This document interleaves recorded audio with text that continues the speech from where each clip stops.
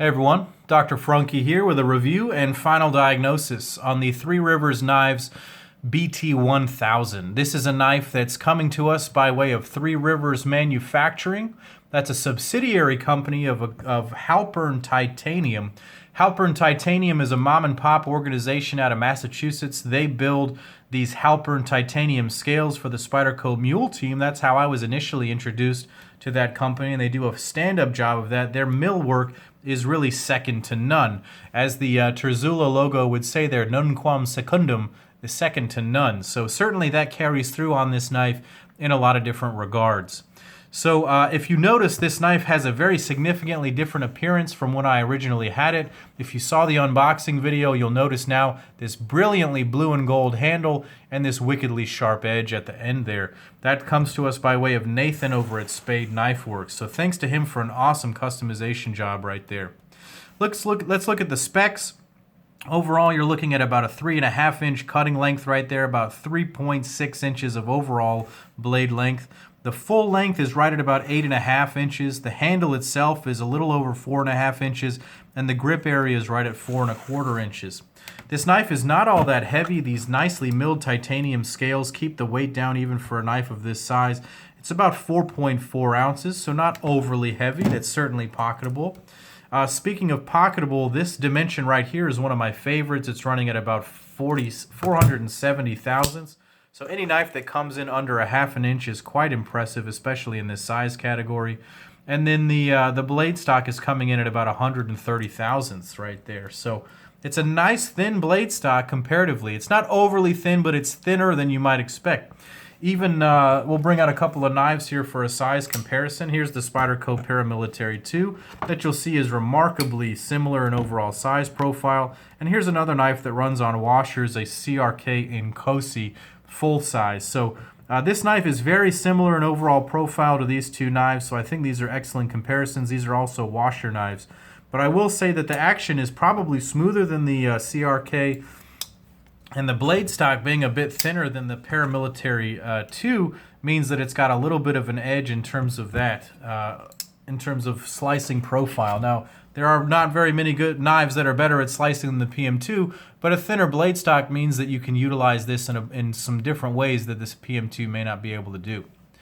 The blade up front is done in CPM 154 steel. It's done in this media blast, and to be honest, I'm not very fond of that. What I find is that media blasted blades tend to be more prone to rusting. And what I found was after carrying this after a couple of sweaty days of work, I actually developed a spot or two of some small areas of rust, and I was actually blown away by that because CPM 154 is supposed to be very corrosion resistant, and so I was a bit disappointed by that. I was able to get it out by scratching it with the backside of a sponge. It didn't cause any problems to the finish, and since then I haven't had any problems. I have carried this routinely since then and sweated in it, but that was a little bit disconcerting. So I will say that I'm not a fan of media blasted. I think that some of these came in a satin finish, and so if you can find one like that, I would recommend it. I will say that the blade is very beautiful. It's a classic Terzoula design. It's got that Terzoula logo. The two Terzoula, I should say, fuller going down the middle right there. It does have the Terzoula logo, which I think is really cool looking. I will say because it's engraved and etched in there, if you're cutting some soft stuff, you're going to have a little bit of trouble cleaning that out. You have to use a sponge and kind of really purposefully clean that out. If they had just left it a little bit flatter, it might have been a little bit nicer in that regard. I will say that the edge that it came with was extremely sharp. It did cut me one time as well as a bunch of other stuff, and so definitely came very sharp. It's certainly crazy sharp now. I enjoy the thumb ramp on the back of it. It makes for a very nice ergonomic cutting experience with that long area of flat and that nice little belly on it. It is almost ideal for EDC cutting tasks. I really have no complaints about the blade shape overall. Super functional blade right there. I've actually learned to enjoy the thumb disc. I see a lot of trash talk about thumb discs out in the community, but I really have enjoyed it on this one. This is my first knife that I've owned with a thumb disc deployment, and I'm addicted to opening it with the spider flick and the thumb flick. It works beautifully. It also works well through the traditional thumb opening, and it's not overbearing or scary to people when they get it in hand for the first time. Even non-knife people figure out how to open this knife pretty quickly. So I do like that. It also provides for a little bit of customization in that it's titanium. Moving back to the pivot is this really cool heavy-duty proprietary pivot system. I will say that this knife, one small annoyance is that it opens with Allen keys, but you know, I had these Allen keys actually laying around the house, so it's not really an annoyance except that you know, I'm geared up for Torx construction on my knives, and this one was an Allen key setup, so you might have those laying around the house, the right sizes to disassemble this knife, but just be aware that that is in fact the way it's put together.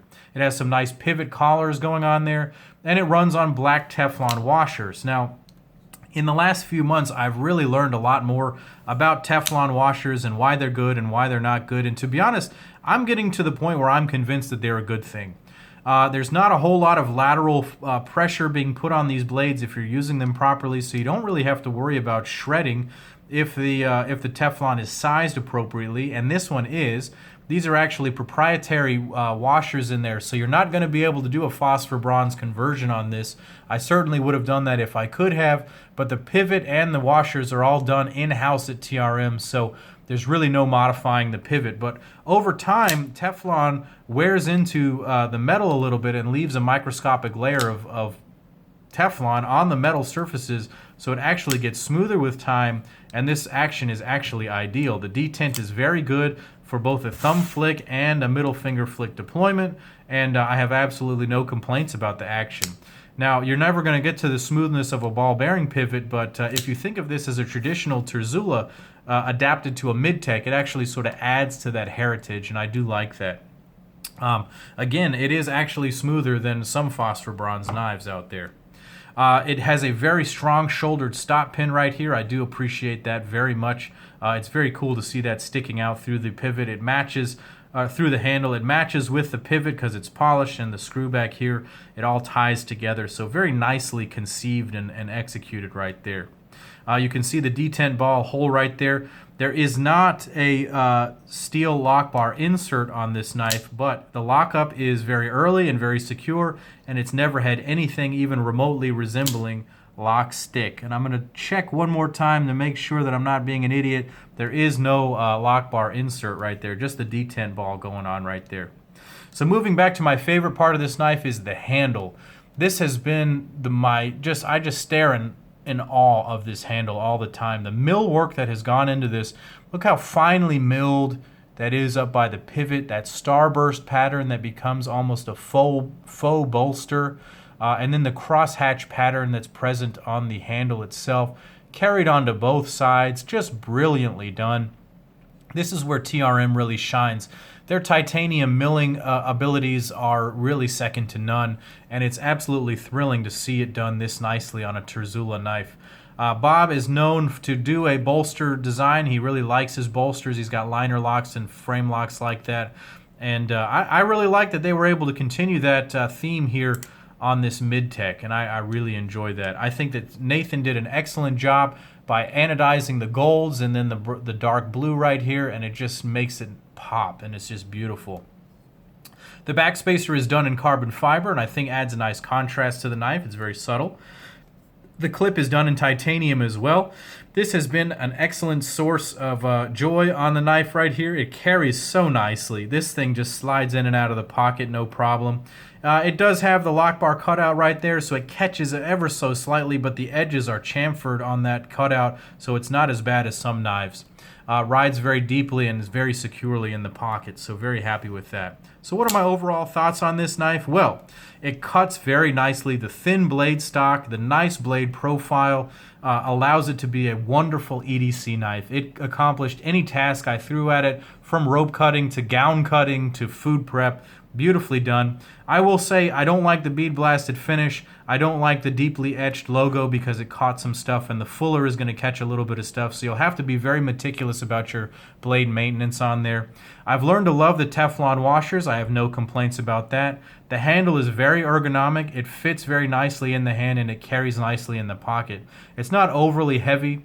And so what is my final diagnosis on this? My final diagnosis on the BT1000 is terrific Terzoula collaboration right here. Terrific. This knife was very well done. I think that TRM is an excellent manufacturer, and I'm going to have to keep a close eye on what they make in the future. What do you guys think of this knife? Leave a comment down below. Click like and subscribe to my channel here. Check me out on Instagram at Dr. Frunkey. And as always, guys, take care.